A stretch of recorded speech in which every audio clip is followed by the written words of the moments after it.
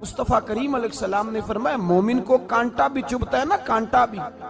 दो बुजुर्ग बैठे थे, एक हजरत अहमद रहमतुल्लाह अलैह और एक हजरत शरफुद्दीन मुनीरी रहमतुल्लाह अलैह।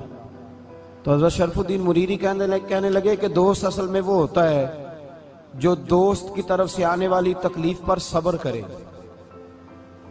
जो अल्लाह की तरफ से आने वाली तकलीफ पे सब्र करे वो अल्लाह का महबूब होता है। तो हजरत अहमद फरमाने लगे नहीं, मुझे तेरी बात की समझ कोई नहीं आई। सब्र करे वो अल्लाह का दोस्त है, मुसीबत पे सब्र करे। तो कहा जनाब फिर अगर नहीं समझ आई तो आप बता दें अल्लाह का दोस्त कौन है। तो आप फरमाने लगे जो महबूब की तरफ से आने वाली मुसीबत को उसका तोहफा समझ के कबूल करे वो असल दोस्त होता है। उसका तोहफा समझ के कबूल करे, अपने रब का तोहफा समझे, मालिक का तोहफा समझे कि उसने मुझे तोहफा दिया है, मुझे किसी मुश्किल में डाला है।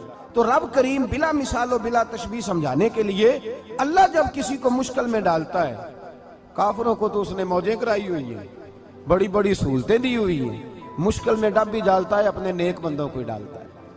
नमरूद और फिरौन के पैरों में कांटा भी नहीं चुभता था, उनको तकलीफ नहीं आती। तकलीफ किसे आती थी? अल्लाह के नेक बंदों को तकलीफ आती थी। हजरत राबिया बसरिया जब तक जिंदा रही तब तक बीमार रही।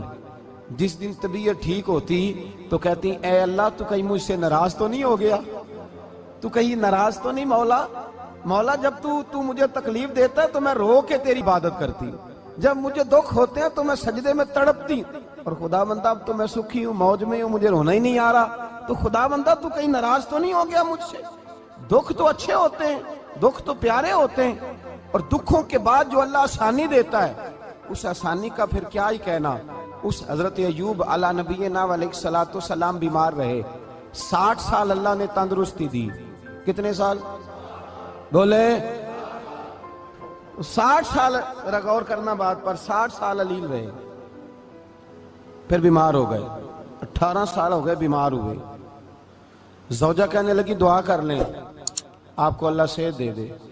हमें अगर कोई बंदा पूछ लेना कि भाई कभी कोई खास बात तो सुनाओ, तो हम जो सारी जिंदगी सुख के साथ सोए होते हैं वो बात नहीं सुनाते। वो जो एक रात दर्द से नींद नहीं आती उस रात का किस्सा सुनाते हैं। कुछ शुगर की पट्टी भी बांध नहीं चाहिए। हजरत अय्यूब 18 साल बीमार रहे। ज़ौजा कहने लगी दुआ कर लो, तो आप फरमाने लगे बीबी से कि सेहत कितनी देर रही? उसने कहा 60 साल। तो आप फरमाने लगे जरा बीमारी को भी 60 साल गुजर लेने दो, फिर दुआ भी कर लेंगे। ये दुआ की अल्लाह, ये लफ्ज कहे अल्लाह ने सेहत दे दी, तंदुरुस्ती आ गई। एक दिन घर में बैठे बैठे ज़ौजा कहने लगी कि अय्यूब ये बताओ दुख अच्छे के सुख? आप फरमाने लगे सारे दिन ही अल्लाह के हैं, पर दुख बड़े अच्छे थे। मुझसे पूछो तो दुख बड़े अच्छे थे। का किस तरह? तो हजरत अय्यूब फरमाने लगे जब मैं बीमार था तो 24 घंटे में एक दफा मेरा रब मेरा हाल पूछा करता था। एक दफा मेरा अल्लाह पूछता था अय्यूब तेरा हाल क्या है? फरमाते हैं 12 घंटे तो लज्जत ही रहती थी कि मेरे रब ने मेरा हाल पूछ लिया है, और अगले 12 घंटे मैं इंतजार करता था मालिक हाल दोबारा कब पूछेगा। फरमाने लगे अब सेहत तो हो गई है, पर अब मेरा रब मेरा हाल तो नहीं ना पूछता। भाई मुश्किलात जो होती हैं वो तो तुझे सजा देती हैं, सवार देती हैं। तुझे याद आता है कोई अपना, जब तुझे दर्द होती है ना, तकलीफ होती है, फिर तेरा दिल करता है कोई कंधा मिले जहां मैं सर रख के रोऊं। फिर इसीलिए तो किसी दरवेश से किसी ने पूछा था अपना कौन होता है? तो कहा जो तुझे दुख के वक्त याद आए वो तेरा अपना है। जो तुझे ऐन आजमाइश के वक्त याद आए और तुझे उसका नंबर फौरन तेरे मोबाइल पे चलने लगे वो तेरा अपना सज्जन है, जिसको तू दुख के वक्त याद करे। तो भाई मुश्किलात के बाद जो अल्लाह आसानी देता है। हजरत इब्राहिम को आग में भी फेंका गया, हजरत इब्राहिम अलैहिस्सलाम को सताया भी गया, निकाला भी गया, लेकिन जब इन मुश्किलात से गुजरे तो मेरा रब फरमाता है वइज़ इब्तला इब्राहिम रब्बुहु बिकलिमातिन फअतम्महुन्ना क़ाला इन्नी जाइलुका लिन्नासि इमामा। कहा जब इब्राहिम पूरे उतरे तो फिर हमने उन्हें इमाम बना दिया। या अल्लाह किस तरह की इमामत दी? फरमाया मैंने इतनी आला शान अता की है कि अपने लाडले रसूल को जनाबे इब्राहिम की नस्ल में पैदा फरमा दिया है। मैंने मुस्तफा को उनकी नस्ल में पैदा कर दिया, कयामत तक के लिए उनका वकार बढ़ा दिया। अल्लाहुम्मा सल्ली अला मुहम्मदिन व अला आले मुहम्मद कमा सल्लैता अला इब्राहीम व अला आले इब्राहीम। उनकी अजमत बढ़ा दी। इसलिए कि जब वो आजमाइश से गुजर करके आए फिर जो आसानी दी। मेरे नबी पाक सल्लल्लाहु अलैहि वसल्लम ने दीन इब्राहिमी की बहुत सारी चीजों को रखा, कहा मैं मिल्लत इब्राहिमी पे हूं। जब कोई मुश्किलात को अबूर करके आता है, जब कोई तकलीफें सह करके आता है, उसके लिए जो अजर होता है, उसके लिए जो फिर अल्लाह कितनी कितनी जरा बड़ी तवज्जो कीजिएगा। लोग समझते हैं फला आदमी मुश्किल में है तो शायद मुश्किल में ही रहेगा, फला आजमाइश में है तो शायद आज मेरा अल्लाह फरमाता है एक मुश्किल दे के मैं दो आसानियां भी दूंगा। तुम मुश्किल देख रहे हो, मुश्किल ना देखो, वो जो इसको बाद में आसानी आने वाली है, और डबल जो मैं इस पर नेमत करने वाला हूं उसको देखो। हजरत यूसुफ को भाइयों ने कुएं में डाल दिया था, और जब कुएं से निकले तो मिस्र के बाजारों में बिके, और फिर जुलेखा ने इल्जाम लगाया तो हालात बिगड़ गए।